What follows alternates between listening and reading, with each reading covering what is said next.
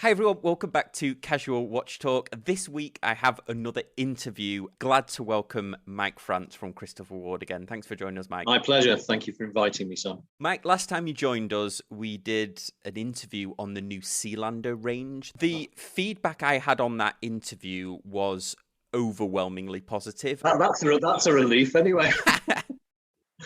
People on our Facebook, our Casual Watch Talk Facebook, a little plug, a few members that bought some. I've since become a Christopher Ward owner as well. Yes.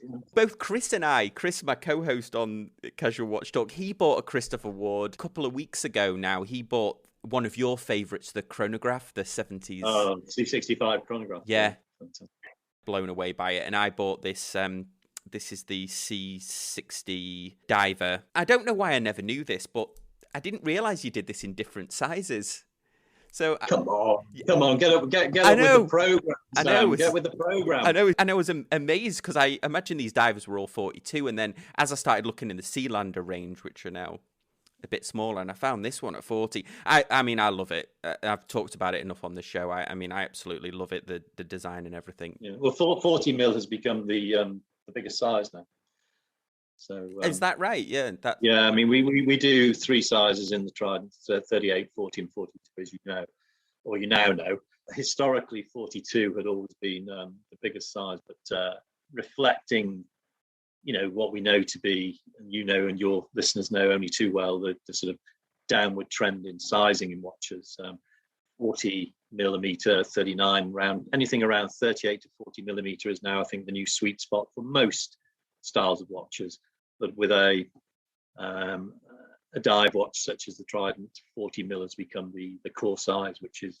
It's in line with a lot of other like luxury brands as well, isn't it? You think of that offering different sizes in watches as a luxury brand thing. So like Omega Aquaterra, obviously the Datejust is available in different sizes as well. It's great to see a brand like Christopher Ward offering that as well. To some extent, it's a volume equation. If you're not Rolex or Omega and you're a relatively small independent brand such as us, the sort of investment required to deliver a new case and essentially every time you create a new size, even if the design of the case is the same, it's a new case, then it's quite a considerable investment. So it's a volume thing. And I'm pleased to say that the Trident collection is now sufficiently big for us to be able to do those sorts of things, which brings me onto the Sealander, which you kindly reviewed last time we spoke. We've had the reaction has been astonishing. I mean, I think I probably said on the cast at the time that we were hoping to create a new platform with the Sealander, and you never really know until the customer speaks, but that is what's happened or is happening. Still relatively early days. It was only launched the collection was only launched in May, as you know, but we are able to read trends pretty well from early days onwards. It has been bigger than our expectation by some considerable way. We've been on pre-order on certain options from almost the second week. And we're not like some of the other brands where these are genuine out of stocks. We're not trying to drum up false demand by pretending that we're out of stock. It hurts me every time we can't supply a watch. So these are genuine out of stock. But it has become I think it's actually likely to become a bigger platform than Trident even. It's very exciting. And what's relevant about that is, back to sizing, is we are only, what time is it now in the UK? It's just after 1. 2 hours ago, I had a meeting with the product development team, and we're looking, the volumes are big enough now for us to begin to look at a second size of the Sealander. Not confirmed yet, but certainly that's now looking like it's a real possibility. So that's breaking news on your podcast. You heard it here first. I got to review the automatic, which I suspected I would like, and I really, really did love it. But I'm guessing that the GMT was the biggest seller, was it? Well, it's interesting. You're not wrong in terms of cash. The GMT is the biggest. In terms of volume, the automatic is because there's a differential in price. Yeah. One of the big surprises to us, and we all assumed and we planned for the GMT to be the biggest, but the automatic hugely bigger than we anticipated it being. So it's actually at the moment, these things may change a little bit over time, but the automatic is the biggest in terms of volume, which is really interesting and a surprise. I mean, it's a great watch, and I think because it's got the value proposition, I think is unbeatable. Still, nobody has taken me up on the challenge of if you can produce a watch of equivalent quality at the same or price or below, I'll give you a free watch. Nobody's still taken me up on that challenge, and the challenge is still out there, but they're not beating a path to my door at the moment. I'm rather pleased to say. Chris and I talked about this on the last podcast that we launched, and I'm not trying to turn this into a ginormous Christopher Ward advert, but go on, do. But it really made me rethink about value in the watch industry, because especially owning one and seeing the Sealander and then the original World Timer that I got, it's not often that you see a case in that a watch in that price range where you've machined the case yourself, and there's a lot of design elements in it that you see in much more luxury watches. And even the new watches, which we'll get to now, where you're starting to move towards COSC regulation on watches that are starting at £1,000 have COSC regulation in them and upwards. I know the new C60 one that we're going to be talking about is around that £1,000 mark. It's amazing, really, what you've done for the sale price of the watches, what technology you've put into them and unique design. I think especially with other companies like Seiko, they're trying to creep towards that price, but it doesn't seem like there's a real technology improvements or design improvements that they're doing to the watches, or unique things or unique challenges that they're taking on. Yes, I mean it's great that, and not a surprise when you receive a watch that someone who knows watches like you sees the difference, and the difference is in the detail. It always is, isn't it? In everything, it's about the closer you get to an item that's purporting to be luxurious, the thing that separates it and makes it a proper luxury item or a piece of crafted work is the quality of the finishing and the detailing around it.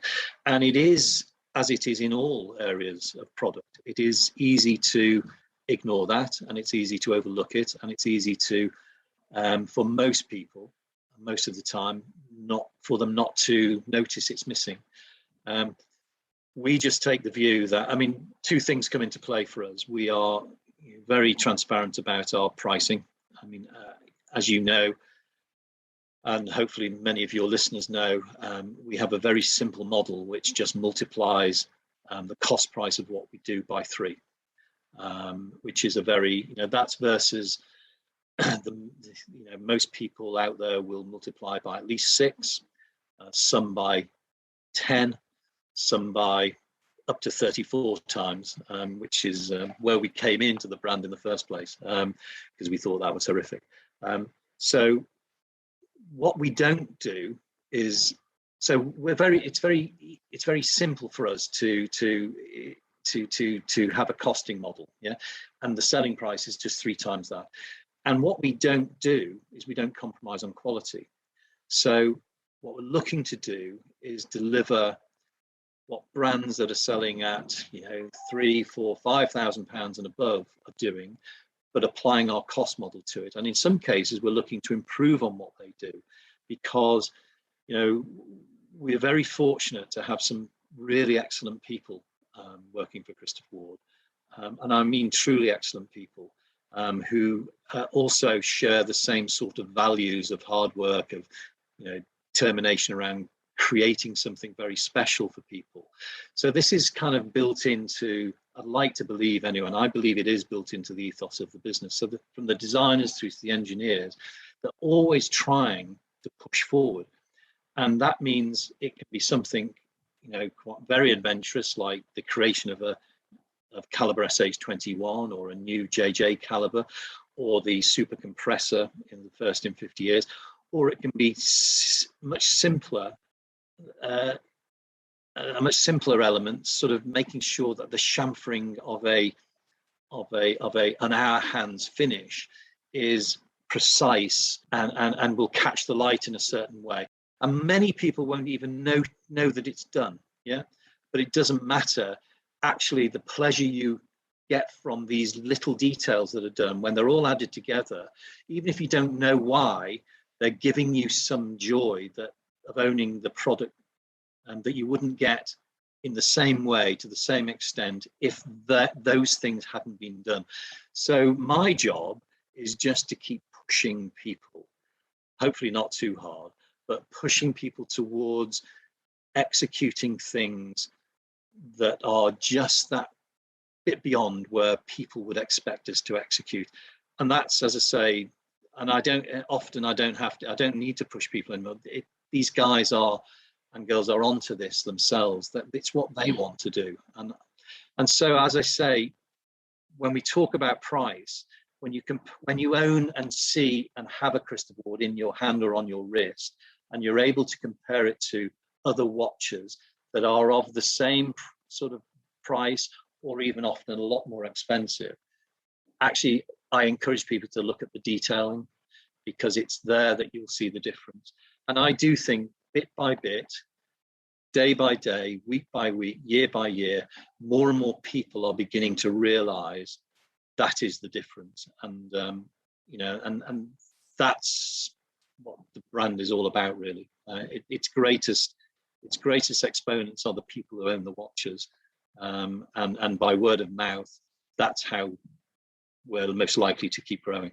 So, Mike, you've come back on the channel today to talk about new release. So, kindly you came on for the Sealander, and now this new watch, which has got an important message behind it as well. But this is the new C60 Tide, which has been released today, which is the 27th of August, 2021. I've got a picture of it up here. This is a continuation of the Sapphire line, but with enhancements that have an important message behind them and a unique use of material. So, would you mind just talking us through the new release? Sure. I mean, the C60 Tide derives its name from Tide Ocean Material, which is a social enterprise that was set up by two amazing guys who happen to be the owners of Breloba, who are our major strap supplier, based in Switzerland.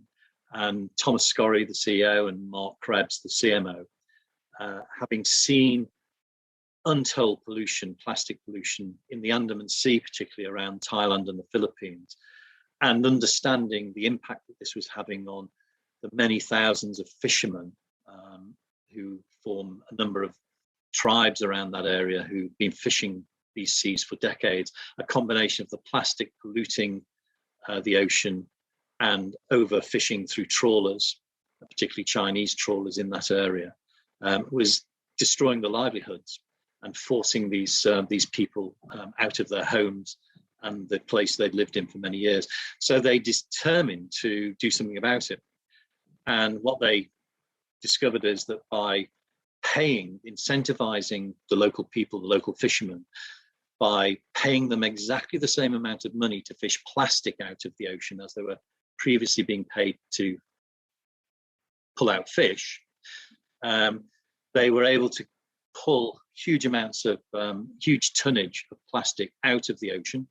They then pay these guys to sift it, sort it, and send it to the University of Applied Science in Bern in Switzerland, which at the moment is the only place that plastic can then be turned into usable plastic. And what the University of Applied Science does is it takes the raw plastic material and turns it into several different types of material, one of which is a yarn, which then Breloba weave into straps. And so we have now become, with Tide, the biggest retailer of these straps in the world.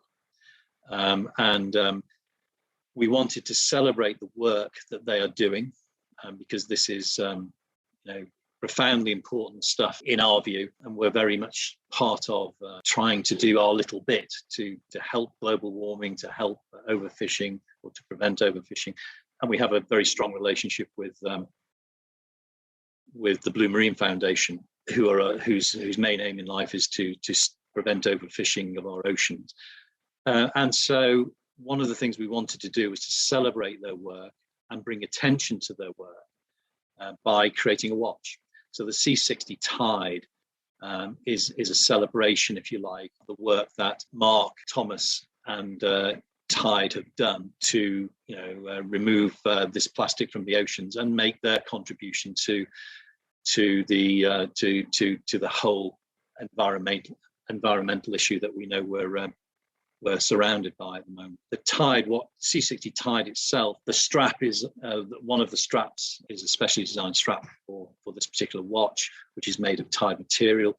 But we've also been able to take another form of Tide material and embed it into the back plate, so that that element of the watch is also created from Tide material. And so with Tide as well, every time we sell a Tide strap, whether it's on the C60 Tide or separately or on another watch, we're together, us and Tide, donating £5 to the Blue Marine Foundation, who are our long-term partners in terms of conservation and environmental change.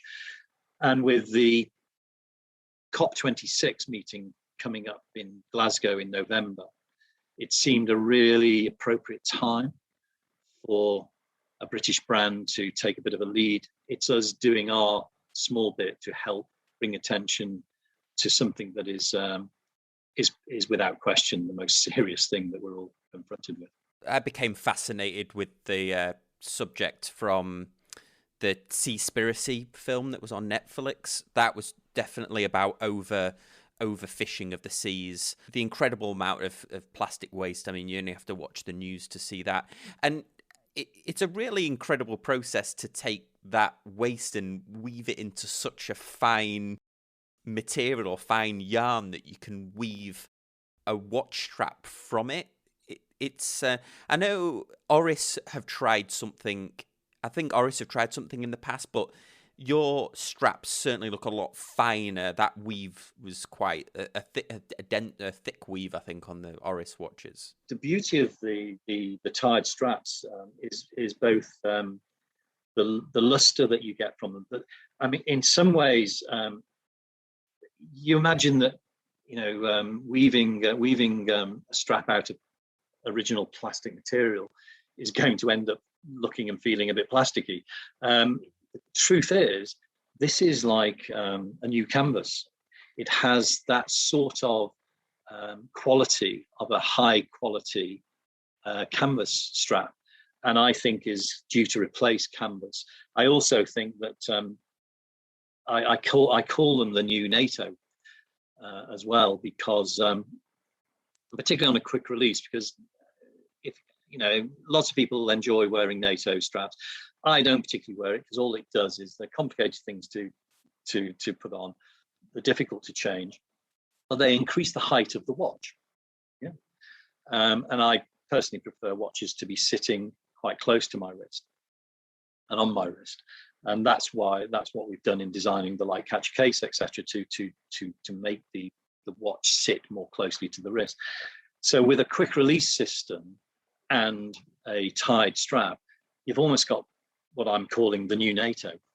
The reaction we've had to the straps we've put on sale thus far has been astonishing. They're the fastest growing part of our business. It's quite incredible. And of course, I think part of the appeal is the story that Tide have created behind this. The rationale for these straps is so profoundly good, and the story is such an enriching story that people are really buying into it.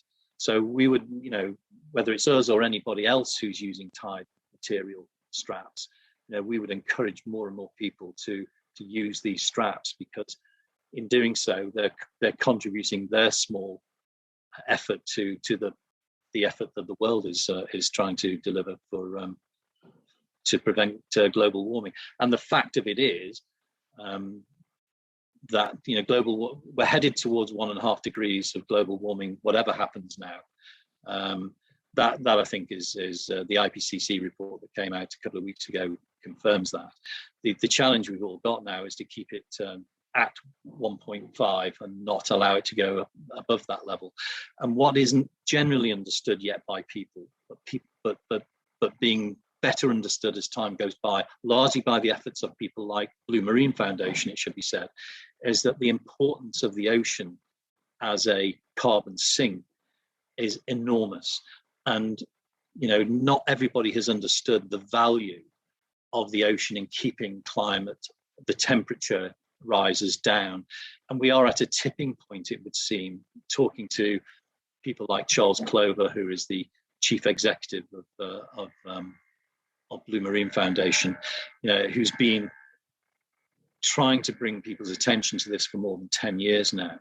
And the good news is he believes that a tipping point has been reached in people's understanding of the importance of the ocean in keeping climate change and temperature rises down. And that's a really, really important move forward.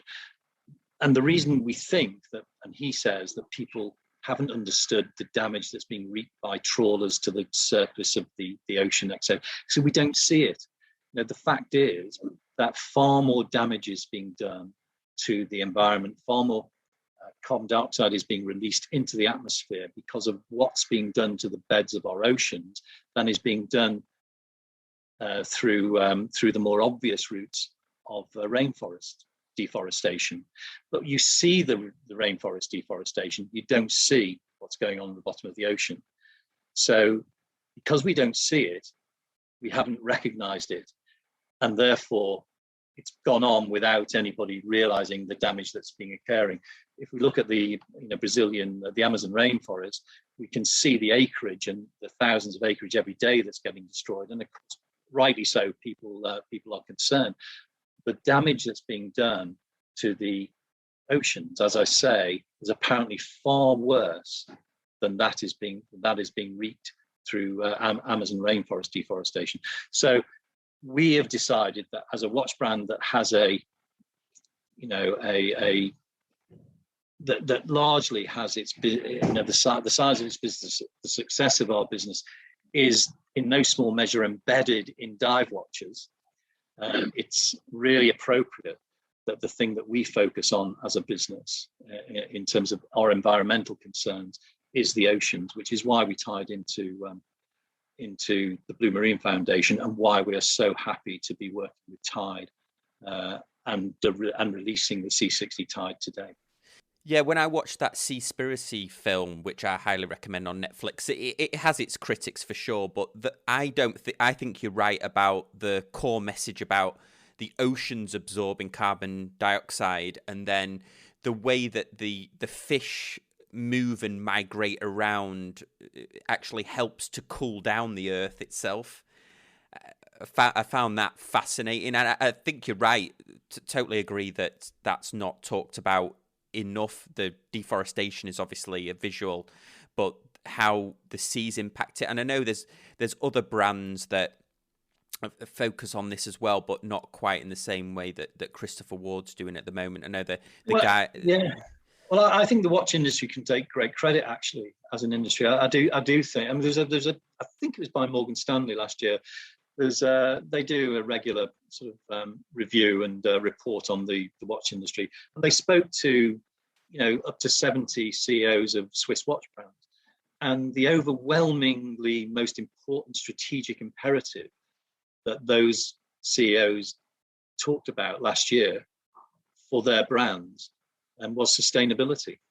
And so I think increasingly you're going to see more and more projects that are involving sustainable resources in the watch industry. And I do think that the watch industry, is ahead of many others in this regard, and certainly aspires to be, and that's a good thing. So we're just part of it. And we just feel it's profoundly important that we do our bit, as I say, and if in so doing we're encouraging others to do something, then fantastic. But we're not putting our heads above the parapet saying we're perfect. We're not. But it's just the most important thing I think any of us can be involved with at the moment. Yeah, I know Oris certainly do work in the oceans, and the guys over at VEA, they concentrate on the threat to sea urchins, which goes back to the ocean trawler situation that you were talking about. Well, let's talk about now the watch itself. So this is it's an evolution, or it's a version of the C60 Sapphire. Is that right? You're using that same sapphire wafer for the dial, except you're adding an additional finish to it. Gives that wave pattern. Yeah, it's quite an interesting route we've gone down, because to represent the ocean, we wanted to have a wave pattern onto the dial, but we also wanted the wave pattern to, if it's possible, to have luminescence, so that under loom you got the sense of the waves. And so the wave pattern is printed superluminova, which is quite a difficult thing to achieve onto a sapphire dial. But I think I hope others agree as well. I think the result is absolutely stunning. To see the wave pattern and the loom just brings a whole new dimension of aesthetic to the beauty of the watch. So that was quite an interesting exercise in getting that right. But the watch itself is, as you say, a development from the Sapphire. It's 42 millimeter, whereas the C60 Sapphire is 40 millimeter. We have on the crown, we've got the Tide logo, not the CW Twin Flags logo, and also onto the case back, we've deep stamped the Tide logo as well, which has got a highly polished finish. All part of celebrating and bringing attention to their work, really. So the insert is again extruded from the plastics that we drew from the ocean, which is created at the University of Applied Science by they produce for this particular execution the inlaid part of the back, the case back. They produce granules which can then be injection molded, which is a different process to that which they use to create the straps, obviously, because you're turning those into yarn, which then can then be woven. So the insert into the case back is being developed, and so that it can be injection molded. And one of the things we're quite keen to be working through is how many other components is it possible in other watches, and generally in watches, that we can use injected plastic moldings from through using Tide Ocean material. So it'll be an ongoing exercise as we develop the relationship with Tide. But I just think it's a really interesting and aesthetically pleasing watch. That carries an interesting message with it. And as I say, anybody who buys a Tide watch with a Tide strap or a Tide strap separately, we and Tide together will be donating money to the Blue Marine Foundation, so they can continue their fantastic work in trying to prevent the real concern of overfishing across the oceans of the world. So there's a lovely sort of symmetry and circle. It's almost it's a really a virtuous circle of Tide, us, and the Blue Marine Foundation in terms of this watch and what we're trying to do. So we're very hopeful and very proud of the watch, and but moreover, it's a great watch. I mean, the most important thing is is it a great watch to wear? Never mind all the other stuff. Because I think there's a danger, and even I can become a bit too worthy on this sort of stuff. So tell me if I am. But at the end of the day, it's about creating great watches that people want to wear. That's.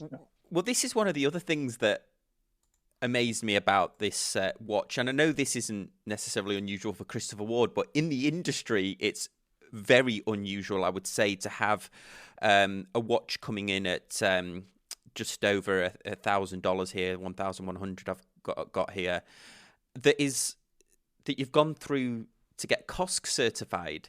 I can't think of another watch in that price range that has COSC certification. I mean, normally you're looking well in excess of $2,000, if not more, on the luxury side.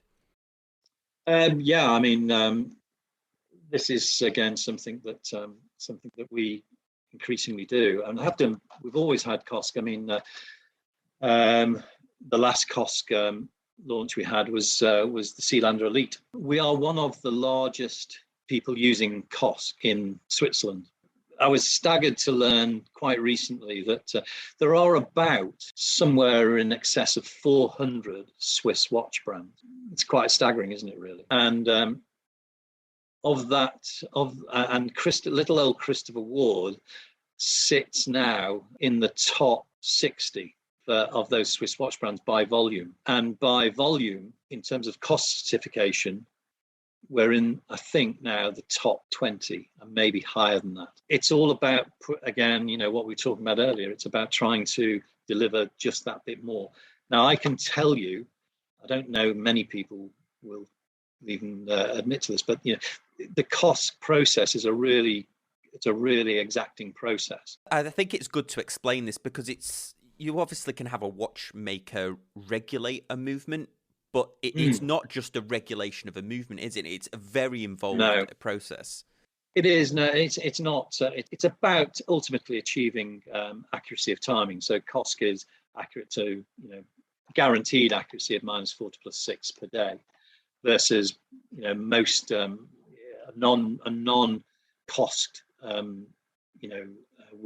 mechanical watch without serious regulation they'll only guarantee to ±20 seconds by and large.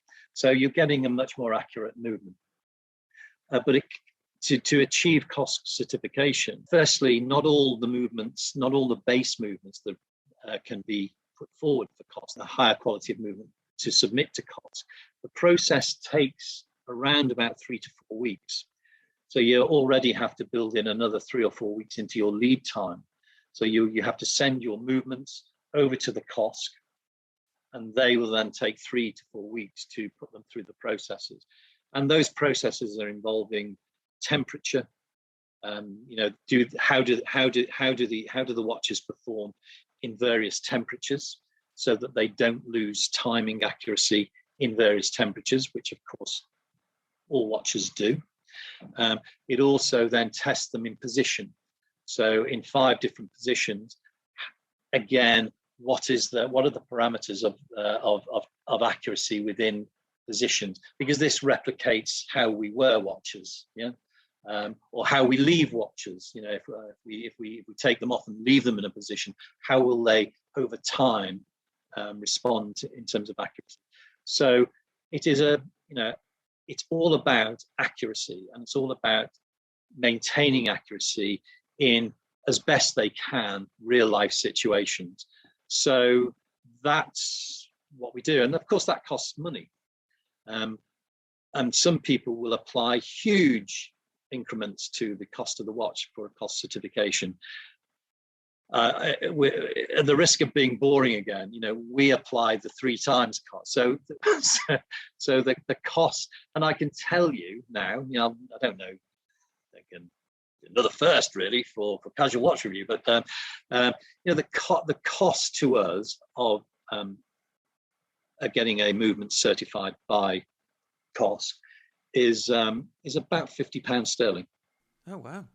Depending on the type of movement, it can go up a bit, but around about £50 sterling. So in the price of our watches, if this watch that I've got on, which is the C60 Tide, as you'd expect, if the C60 Tide watch costs us, the selling price is £895, because it's cost, you can take away £150. If it wasn't cost, you can work out what it would be. That's as simple as it is. So we apply the same rules to the cost price architecture and selling price architecture that we apply to everything else, whether it's cost or not. So, if people tell you that it costs hundreds and hundreds of pounds to have a cost certified watch, it's not true. It costs that. Yeah. I would have thought that it was in the hundreds, honestly, to cost certify a watch. No, and you would think that, judging by perhaps the selling prices of some of the people's watches, but no.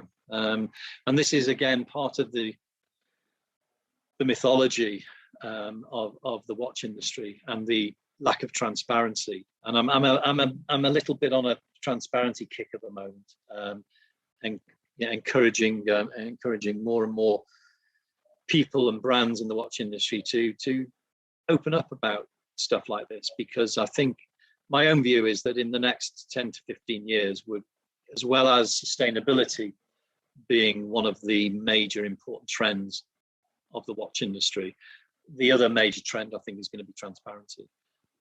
I think people are going to demand to know much more than they've ever been allowed to know about what's really going on and what's really involved in the creation of their watches and what's really involved in the cost price, and how much of what they're paying is being given to a celebrity, and how much all of this stuff people, I think, are going to increasingly demand to want to know. And those brands who aren't prepared to be open and honest, I think will lose out. What is there to lose by being transparent? Nothing, if you're not hiding anything. Yeah, exactly. I was watching Adrian at Bark and Jack the other day doing a review, and he mentioned a certain brand which I won't mention, but he said that this brand, the price is almost a feature of the watch. It's almost a specification of the watch is the price. People buy it because it costs what it costs, not necessarily because that represents the value that the watch and its components is. I think you're totally right. I know a lot of the watch review community certainly thinks the same, and we do our part to try and talk about what value is in terms of the watch world. But you're right, especially last year when prices of pre-owned and went a little bit crazy. It was that those lines were getting blurred between price and value. Yeah, absolutely right. It's there's some crazy stuff going in the watch industry at the moment, and some of it, a lot of it, I don't think is beneficial to the consumer. And if it's not beneficial to the consumer in the long run, it won't be beneficial to the watch industry in the long run. Well, that's been fantastic. So the new Tide watch is available from today, it's the 27th of August, and the straps are available online, and they have been for a few weeks, aren't they? And they're available. Yeah, there's a big collection. 20 and 22, I think they're available in. Correct. Size-wise. Yeah. Spot on, and you can also buy them in titanium and bronze clasps as well. So, well, Mike, thanks so much for joining us. Really appreciate it. Thanks for joining us again on Casual Watch Talk. My pleasure. Always a pleasure to talk to you. Well, guys, let us know in the comment section down below if you've got any questions, and we'll see you next time on Casual Watch Talk. Thanks, guys. Bye.